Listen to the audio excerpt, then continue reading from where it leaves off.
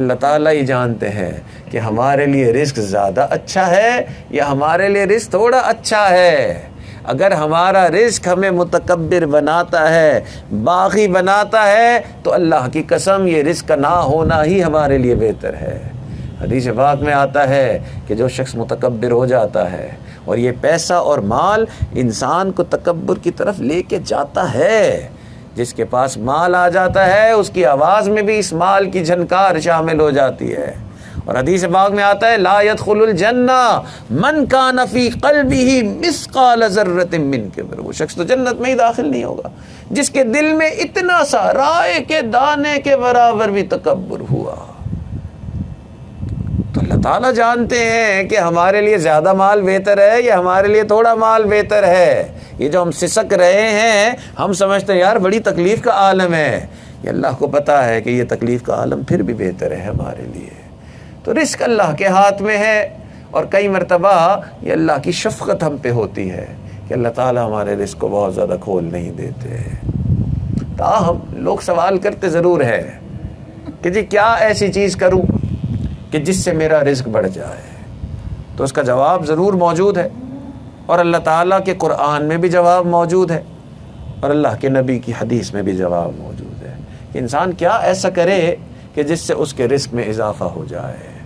اللہ تعالیٰ قرآن پاک میں فرماتے ہیں کہ جب بندہ اللہ کی راستے میں خرچ کرتا ہے، اللہ تعالیٰ اس کے رزق، اللہ تعالیٰ اس کو کبھی کبھی 7 گنا بڑھا کے دیتے ہیں، کبھی کبھی 100 گنا بڑھا کے دیتے ہیں، کبھی کبھی 700 گنا بڑھا کے واپس کرتے ہیں، اور کبھی کبھی اس سے بھی زیادہ بڑھا کے واپس کرتے ہیں۔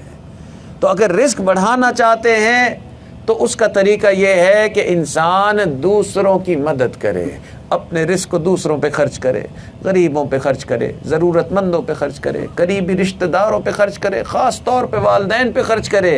جو والدین پہ خرچ کرتا ہے اللہ تعالیٰ اس کے رزق کو بہت بڑھا دیتے ہیں۔ سب سے زیادہ رزق کو بڑھانے کا طریقہ یہ ہے کہ انسان اپنے مال میں سے اپنے والدین پہ خرچ کرے۔ تو جتنا زیادہ انسان دوسروں پہ خرچ کرتا ہے اللہ تعالیٰ رزق کو بڑھا دیتے ہیں۔ یہ ایک طریقہ ہے۔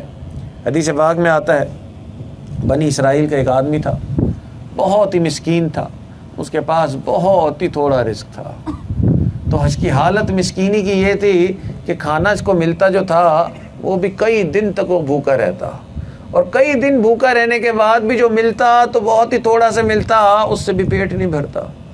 ایک دن موسیٰ علیہ الصلوۃ والسلام کا اس کے شہر سے گزر ہوا تو اس نے موسیٰ علیہ الصلوۃ والسلام کے پاس خاص طور پہ گیا، اور جا کے موسیٰ علیہ الصلوۃ والسلام سے اس نے دعا کی گزارش کی کہ حضرت دعا کر دیں کہ میرا جتنا بھی رزق ہے نا مجھے سارا کا سارا ایک ساتھ ہی مل جائے۔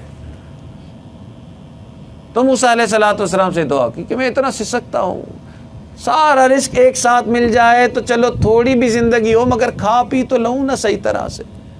موسیٰ علیہ السلام نے دعا کر دی اور اللہ کی شان اس کو اس کا سارا رزق ایک ساتھ مل گیا۔ تو موسیٰ علیہ السلام نے دیکھا کہ اتنا رزق ہے کہ چند مہینوں تک شاید زندہ رہ جائے گا، اس کے بعد اس کا رزق ختم ہو جانا ہے۔ تو آپ نے دعا بھی کر دی، اس کو رزق بھی مل گیا، اور آپ اس شہر سے تشریف لے گئے۔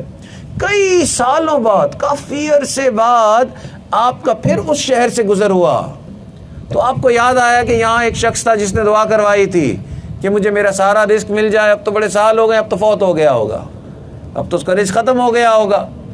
تو آپ نے لوگوں سے پوچھا کہ وہ آدمی تھا، اس کا فلاں نام تھا، وہ کہاں ہے؟ لوگوں نے کہا جی فلاں جگہ پہ ہے۔ آپ جب وہاں گئے اور دیکھا تو حیران ہو گئے کہ اس کے پاس تو بادشاہوں والا معاملہ تھا، گھر ایسا اس کا محلوں جیسا، اور جانور اس کے پاس ہر طرح کے کھڑے ہوئے تھے، اور نوکر چاکر تھے، اور اس کے لمبے لمبے دسترخوان لوگوں کو کھلانے کے لیے لگے ہوئے تھے، اور کھا پی رہا ہے اور عیاشی کی زندگی۔ حضرت موسیٰ علیہ السلام بھی حیران ہو گئے کہ یہ تو چند مہینوں میں فوت ہونے والا تھا، اس کا رزق کتنا سا تھا۔ اللہ کی طرف متوجہ ہے، یا اللہ اس کا رزق تو اتنا تھوڑا تھا اور یہ تو بادشاہوں کی طرح زندگی گزار رہا ہے۔ اللہ تعالیٰ فرماتے ہیں میرے پیارے موسیٰ بالکل تو نے صحیح کہا، اس کا رزق تھوڑا تھا، مگر جو تھوڑا ہم نے اس کو دیا تھا اس نے اس تھوڑے میں سے دوسروں کی مدد کرنا شروع کر دی، اور میں وہ بادشاہ ہوں کہ جو دوسروں کی مدد کرتا ہے میں اس کو بڑھا بڑھا کے واپس دیتا ہوں۔ یہ جب تک دوسروں کی مدد کرتا رہے گا میں اس کو بڑھا کے واپس کرتا رہوں گا۔ یہ جتنا امیر ابھی ہے میں اس سے بھی زیادہ امیر کر کے دکھاؤں گا۔ تو اگر کوئی شخص یہ چاہتا ہے کہ اچھا میں اپنا رزق بڑھانا چاہتا ہوں، تو ایک طریقہ اس کا یہ ہے کہ وہ دوسروں کی مدد کرے، جو رزق اللہ نے دیا ہے اس میں سے بھی دوسروں کی مدد کرنے کا جذبہ رکھے۔ ہمارے اکابرین دوسروں کے اوپر خرچ کرنے کا شوق رکھتے تھے۔ دوسروں کے اوپر خرچ کرنے کے لیے امیر ہونا ضروری نہیں ہے، دل کا ہونا ضروری ہے۔ نبی علیہ الصلوۃ والسلام نے فرمایا اصل امیر وہ نہیں جس کے پاس مال بہت زیادہ ہے، اصل امیر وہ ہے جس کا دل امیر ہے، جس کے دل میں شوق ہو کہ میں دوسروں کی مدد کروں، یہ اصل امیر ہے۔ چنانچہ حضرت عثمان رضی اللہ عنہ نبی علیہ الصلوۃ والسلام کے ایک صحابی جن کو اللہ نے بڑا مال دیا تھا، مدینہ منورہ میں قحط آیا۔ حضرت عثمان اس وقت مدینہ منورہ کے بڑے تاجروں میں سے تھے۔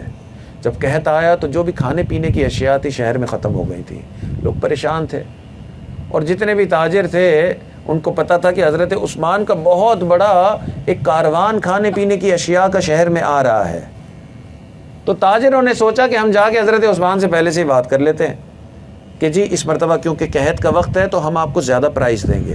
تو انہوں نے آپس میں مشورہ بھی کر لیا تھا کہ ہم تیار ہو جائیں گے کہ ہم دگنی پرائز دیں گے، یعنی جو پرائز پہلے تھی طے اس سے بھی ڈبل پرائز دینے کے لیے ہم تیار ہیں، یہ سارا آپ ہمیں بیچ دیں۔ تو سارے مل کے حضرت عثمان کے پاس گئے کہ جی آپ کا جو کاروان آیا ہے اس میں جتنی کھانے پینے کی اشیاء ہم خریدتے ہیں اور دگنی پرائز دیں گے کہ اس وقت شہر میں قحط ہے۔ حضرت عثمان کو جب انہوں نے یہ پیشکش کی تو حضرت عثمان نے فرمایا کہ ایک اور تاجر ہے جو مجھے اس سے بھی زیادہ دے رہا ہے۔ انہوں نے کہا اچھا۔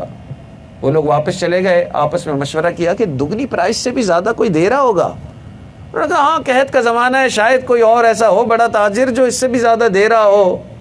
آپس میں فیصلہ کیا کہ ہم پھر ان سے بات کرتے ہیں کہ ہم 3 گنا پرائس میں آپ سے لے لیتے ہیں، اب ہمیں دے دیں۔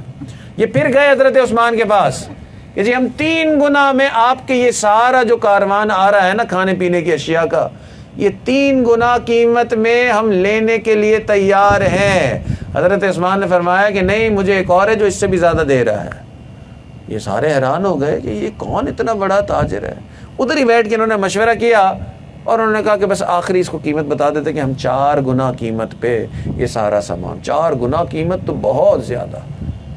انہوں نے کہا کہ دیکھیے ہم آپ کا یہ سارا سامان 4 گنا قیمت پہ لینے کے لیے تیار۔ حضرت عثمان نے پھر کہا کہ نہیں، ایک اور ہے جو مجھ سے اس سے بھی زیادہ دے رہا ہے۔ انہوں نے کہا جی اس سے زیادہ کوئی تجھے نہیں دے سکتا، نام بتا کون ہے جو اس سے زیادہ تجھے دے رہا ہے۔ انہوں نے کہا مجھے وہ دے رہا ہے جو کبھی کبھی 7 گنا بڑھا کے دیتا ہے، کبھی کبھی 10 گنا بڑھا کے دیتا ہے، کبھی کبھی 100 گنا بڑھا کے دیتا ہے، اور کبھی کبھی 700 گنا بڑھا کے دیتا ہے۔ چنانچہ جتنا مال آیا آپ نے سارا کا سارا صدقہ کر دیا۔ تو اللہ تعالیٰ کے راستے میں جب انسان خرچ کرتا ہے اللہ تعالیٰ رزق میں اضافہ فرماتے ہیں۔ ایک سوال ضرور پیدا ہوتا ہے کہ آنکھ تو یہ دیکھتی ہے کہ جی میں خرچ کروں گا، میرے پاس 100 روپے ہیں، اگر میں 50 کسی غریب کو دوں گا تو میرا رزق بڑھ گیا یا میرا رزق کم ہو گیا، 50 تو رہ گئے۔ تو آنکھ تو یہ دیکھ رہی ہے کہ جی میرا رزق کم ہو گیا، تو یہ بڑھتا کیسے ہے اور بڑھتا کیوں ہے؟ تو اس کا جواب بھی علماء نے دیا کہ جب انسان دوسروں پہ خرچ کرتا ہے وہ رزق اس لیے بڑھتا ہے کہ جب انسان دوسروں پہ خرچ کرتا ہے وہ در حقیقت ایک اعلان کر رہا ہوتا ہے، اپنی زبان سے اعلان نہیں کر رہا ہوتا ہے، اپنے ایکشن سے اعلان کر رہا ہوتا ہے۔ اور وہ اعلان یہ ہوتا ہے کہ اے اللہ یہ جو میں مال خرچ کر رہا ہوں، اس خرچ کرنے پہ وہ اعلان کرتا ہے کہ یا اللہ مجھے اس مال سے کوئی محبت نہیں ہے۔ جتنا انسان دوسروں پہ خرچ کرتا ہے وہ در حقیقت یہ اعلان کرتا ہے کہ اس کو مال سے محبت نہیں ہے۔ اور جب انسان مال سے محبت چھوڑتا ہے اللہ تعالیٰ ایسے بندے کو پھر مال خوب عطا کرتے ہیں۔ حدیث قدسی ہے، اللہ تعالیٰ فرماتے ہیں اس دنیا سے مخاطب ہو کے، اے دنیا جو تیرے پیچھے بھاگے تو اسے اور بھگا۔ اے دنیا جو تیرے پیچھے بھاگے، جو تجھ سے محبت کرے تو اور اس کو بھگا، خوب تھکا اس کو۔ اور اے دنیا جو تجھ سے بے رغبتی اختیار کرے، اے دنیا تو اس کی خوب خدمت کر۔ تو یہ جو دوسروں پہ خرچ کرتا ہے وہ دنیا سے بے رغبتی اختیار کرتا ہے، اللہ تعالیٰ پھر اس کو خوب دنیا دیتے ہیں اور یہ دنیا اس کی خوب خدمت کرتی ہے۔